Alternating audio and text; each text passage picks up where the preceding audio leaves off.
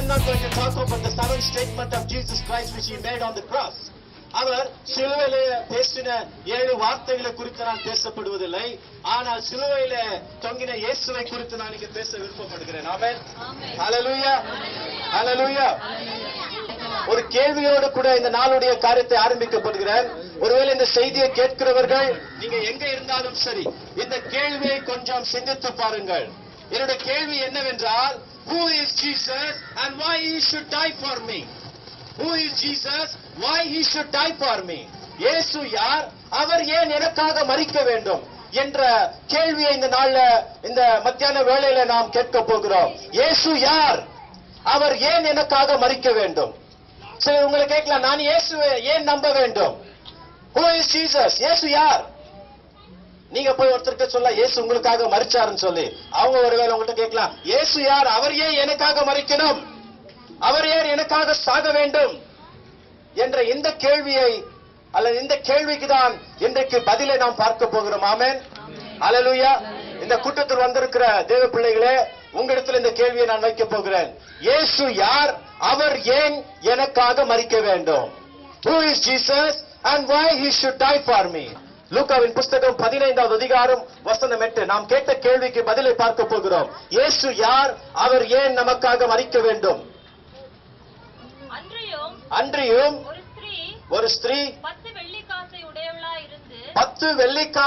உடையவளாய் இருந்து அதில் ஒரு வெள்ளிக்காசு காணாமல் போனால் விளக்கை கொளுத்தி வீட்டை பெருக்கி அதை கண்டுபிடிக்கும் வரைக்கும்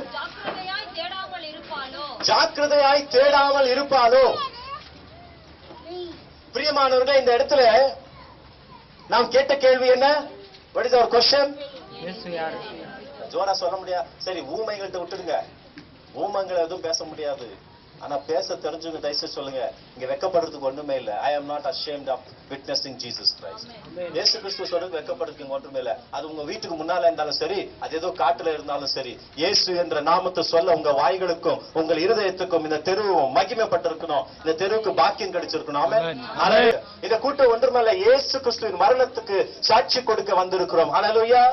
Praise the Lord. ஆகிய இந்த இடத்துல பிரியமானவர்களே, இயேசு யார்? அவர் ஏன் எனக்காக மரிக்க வேண்டும்? இந்த கேள்விக்கு பதிலுக்கு நாம் ஒரு உதாரணத்தை பார்த்தோம். பைபிள்ல லூக்காவின் புத்தகம் 15வது அதிகாரம் வசனம் 8 சொல்கிறது, ஒரு பெண்ணிடத்துல 10 காயின்ஸ், வெள்ளி நாணயங்கள், சில்வர் காயின்ஸ், 10 வெள்ளி நாணயங்கள் இருந்ததாம். அந்த 10 வெள்ளிக்காசுல அந்த பெண் ஒரு வெள்ளிக்காசை துளைத்து விட்டாளாம். அப்போ இயேசு கிறிஸ்துவான சொல்லுகிறார், அந்த பெண் ஒரு காசு தொலைந்தது, அந்த தொலைந்து போன காசை தேடாமல் இருப்பாளா? எப்படியாவது தேடி எடுப்பார் அல்லவா என்று சொல்லப்படுகிறது. இந்த உவமையின் அர்த்தம் என்ன அப்படின்னு பார்க்கும் பொழுது, பிரியமானவர்களே, முதலாவதாக நான் சொல்லட்டும், அந்த 10 காசுக்கு அர்த்தம் என்ன என்று சொல்லி பார்க்கும் பொழுது, because Jesus here talks about 10 coins. அந்த 10 காசுக்கு என்ன அர்த்தம்? ஏன்னா அந்த பெண்ணுகிட்ட 10 காசு இருந்துச்சா. இந்த இடத்துல பேசப்படுகிற அந்த பெண் வேறு யாரும் அல்ல, தேவனை படித்து பேசப்படுகிறது. தேவன். அந்த 10 காசுக்கு என்ன அர்த்தம் பார்க்கும்போது, 10 காசுன்றது ஆண்டவருடைய சிருஷ்டிப்பு. 10 காசுன்றது ஆண்டவர் உருவாக்கின சகல சிருஷ்டிப்பு. ஆதியாகமம் 1 வசனம் 1 சொல்லுகிறது, ஆண்டவர் ஆதியில வானத்தையும் பூமியும் மற்றும் அதில் இருக்கிற எல்லாவற்றையும் உண்டாக்கினாராம். ஆமென். ஆமென். ஒரு காசு தொலைந்து விட்டது என்று சொல்கிறது. அப்போ ஆண்டவர் படைத்த எல்லா படைப்புல ஒரே ஒரு படைப்பு மாத்திரம் தொலைஞ்சு போச்சா. Everything was good and perfect. எல்லாமே நல்லபடி நடந்துட்டு இருந்துச்சா. வேதம் சொல்லுகிறது, ஆதியாகமம் 1 வசனம் 31, 6வது நாளிலே தேவன் தான் உண்டாக்கின எல்லாவற்றையும் பார்த்து நல்லதா இருக்குது என்று சொன்னார். அப்போ கடவுள் ஆரம்பத்தில் எல்லாத்தையும் உருவாக்கும் பொழுது எல்லாமே நல்லாதா இருந்துச்சு. அவருடைய சிருஷ்டிகள் எல்லாம் நீங்கள் கண்ணில பார்க்கிறது பார்க்காதது எல்லாமே தேவனுடைய சிருஷ்டிப்பு. அது எல்லாம் தான் அந்த 10 காசு. அப்ப எல்லாமே நல்லாதான் இருந்துச்சு. ஆனால் ஆதியாகமம் 3வது அதிகாரத்தில் சொல்லுகிறது, அவர் சிருஷ்டித்த சிருஷ்டிப்புகள்ல ஒரு சிருஷ்டிப்பு மாத்திரம் தவறான விதத்தில் துளைந்து போய்விட்டது. பைபிள் சேஸ், அதாவது 10 காசு இருந்த அந்த பெண்ணுடைய கையில ஒரு காசு தொலைஞ்சிருச்சான். அதே மாதிரி வேதம் சொல்லுகிறது, சகல சிருஷ்டிப்புல எல்லா சிருஷ்டிப்பும் ஆண்டவர் கையில கரெக்டா இருக்குது. ஒரே ஒரு சிருஷ்டிப்பு மாத்திரம் தொலைந்து விட்டதாம். Only one creation was lost. ஆதியாகமம் 3ஆம் அதிகாரத்தை நீங்க வீட்டுல போய் வாசிச்சீங்கன்னா அந்த ஒரு சிருஷ்டிப்பு தொலைந்து விட்டு என்று சொல்கிறது. ஆண்டவர் உண்டாக்கிற அந்த ஒரு சிருஷ்டிப்பு யாரு, எது தொலைந்து விட்டது என்று பார்க்கும் பொழுது வேதம் சொல்லுகிறது, அந்த ஒரு சிருஷ்டிப்பு மனிதன். அல்லேலூயா, அல்லேலூயா, அல்லேலூயா, அல்லேலூயா. எல்லாமே கரெக்டா இருக்குது, ஒரே ஒரு சிருஷ்டிப்பு மாத்திரம் தொலைஞ்சிடுச்சு. ஆதியாகமம் 3ஆம் அதிகாரத்தை பார்க்கும் பொழுது நமக்கு பைபிள் சொல்லுகிறது, எங்க தொலைஞ்சிச்சுன்னு பார்க்கும் பொழுது அந்த மனிதன் பாவத்திலே துளைந்து விட்டான். வேதம் சொல்லுகிறது, தேவனுக்கு கீழ்ப்படியாம பாவத்தில் விழுந்து பாவத்தின் வேலையாட்களாய் மாறிவிட்டார்கள். என்றைக்கு மனிதன் பாவம் செய்தாரோ அன்றைக்குதான் பூமியிலே துக்கம் என்று ஒன்று பிறந்தது.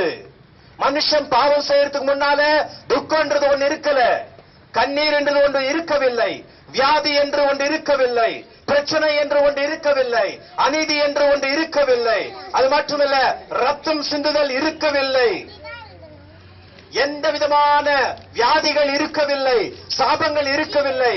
மனிதன் என்றைக்கு பாவம் செய்தானோ அன்றைக்கு தான் இவைகள் எல்லாம் பிறப்பு அடைந்தது. அல்லேலூயா, பிரைஸ் தி லார்ட். என்னைக்கு மனிதன் தேவனை விட்டு பாவத்தில் துளைந்து போனானோ அன்றைக்கு மனுஷனுக்கு 2 குணம் வந்துருச்சு. அதுக்கு முன்னால மனுஷனுக்கு ஒரே ஒரு குணம் தான் இருந்தது, அந்த குணம் நல்ல குணம். Hallelujah, hallelujah, praise the Lord, praise the Lord. பாவத்தில் விழுறதுக்கு முன்னால மனுஷனுக்கு ஒரே ஒரு குணம் தான் இருந்தது, அது நல்ல குணம். ஆனால் அவன் என்றைக்கு பாவம் செய்தானோ அவனுக்குள்ள இன்னொரு குணம் வந்துருச்சு. அந்த குணம் என்னவென்றால் தீய குணம், கெட்ட குணம் வந்துவிட்டது.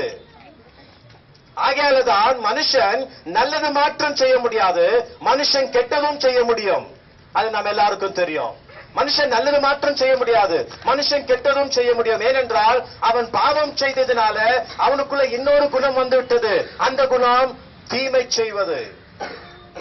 அதற்காக தான் பார்க்கணும், ஒருவன் போய் இன்னொருத்தனை கொலை செய்யறான், ஒருத்தர் இன்னொருத்தருக்கு அநியாயம் பண்றான், பொய் சாட்சிகளை கொடுக்கிறான். இதெல்லாம் எதுக்குன்னு பாத்தீங்கன்னா அவனுக்குள்ள பாவம் செய்ததனால அந்த தீமையான குணம் வந்து விட்டது. ஹல்லேலூயா, பிரைஸ் தி லார்ட். செவிடர்களே கேளுங்க, கேட்க மனசு இல்லாதவங்க எல்லாம் கூட கேளுங்க, அங்க இங்க யோசிக்கிறவங்க கூட கேளுங்க. நான் சொல்ற காரியத்தை கொஞ்சம் கவனிச்சு பாருங்க. People often think greater sins are the serious issue. நிறைய பேர் என்ன நினைக்கிறாங்க பாத்தீங்கன்னா, பெரிய பெரிய பாவம் தான் பிரச்சனை, பெரிய பெரிய பாவம் செய்யாதான் கவலைப்படணும்.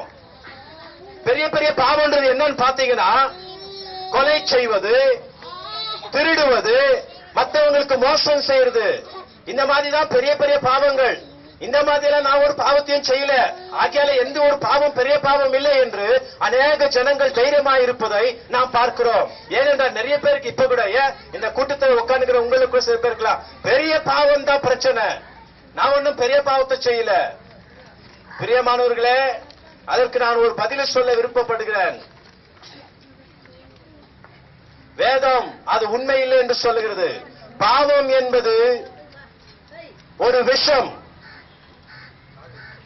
Sin is like a poison. பாவம் என்பது விஷம். அதை நீங்க கொஞ்சம் கொஞ்சமா சாப்பிட்டாலும் சரி, ஒரே தடவை சாப்பிட்டாலும் சரி, இன்றைக்கோ நாளைக்கோ அது உன்னை நாசமாக்கிடும். அல்லேலூயா. நீ சின்ன சின்ன பாவத்தை செய்தாலும் சரி, அது கொஞ்சம் கொஞ்சமா விஷத்தை குடிக்கிறது. நீ உடனே சாக மாட்ட, ஆனா ஒரு நாளைக்கு நிச்சயமா செத்துடுவ. அந்த பாவம் உன்னை சாகடிச்சிடும். That sin will destroy you. அது ஒரு பாய்சன்.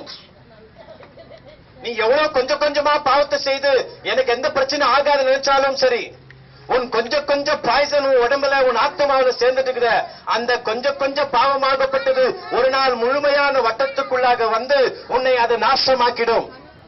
பாவம் விஷம் போன்றது. அது மட்டுமல்ல பிரியமானவர்களே, இப்பொழுது நான் சொன்ன அந்த உதாரணத்துக்கு வருகிறேன். நான் சொன்ன இந்த இடத்துல பெண்ணுன்றது கடவுள், அந்த 10 காயின்ஸ்ன்றது அவருடைய சிருஷ்டிப்புன்னு பார்த்தோம். அதுல ஒரு சிருஷ்டிப்பு என்ன ஆயிடுச்சா? இத பார்க்கும்போது எனக்கு ஒரு கேள்வி வந்தது. ஆமா, நாமெல்லாம் மனுஷர்கள், நம்ம தொலைச்சிடலாம், கடவுள் எப்படி தொலைக்க முடியும்? நாமெல்லாம் தொலைச்சிட்டு ஒருவேளை கிடைக்காம போயிடும், கடவுள் எப்படி தொலைக்க முடியும்? ஏன் ஆண்டவர் தொலைந்து போனது என்ற வார்த்தையை சொல்றாரு? கடவுள் ஏதாவது தொலைக்க முடியுமா? ஆனா இங்க சொல்லுகிறதே ஒரு காயின்ஸ் தொலைஞ்சிருச்சுன்னு. இயேசு சொல்றதுக்கு அர்த்தம் நாம் புரிஞ்சுக்கொள்ள, அவர் சொல்றதுக்கு அர்த்தம் என்னன்னு சொன்னா, தொலைந்து போனது என்ற வார்த்தையின் பலன் என்னன்னு பாத்தீங்கன்னா, மிக மோசமான ஒரு காரியம் மனுஷனுக்கு நடந்து விட்டது. மிக மோசமான ஒரு விஷயம், மிக மோசமான ஒரு காரியம் மனுஷனுக்கு நடந்து விட்டது. A bad thing happened.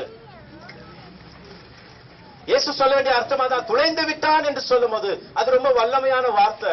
அதாவது இயேசு சொல்லக்கூடிய அர்த்தம் என்னன்னா, மனிதன் துளைந்து போயிட்டானா, எந்த மாதிரி துளைந்து போச்சிருக்கானா, அவனை காப்பாத்திக்க முடியாது, அவனை மற்றவனும் காப்பாற்ற முடியாது. மனுஷன் எங்க தொலைச்சிட்டானா? பாவத்துல தொலைஞ்சான்.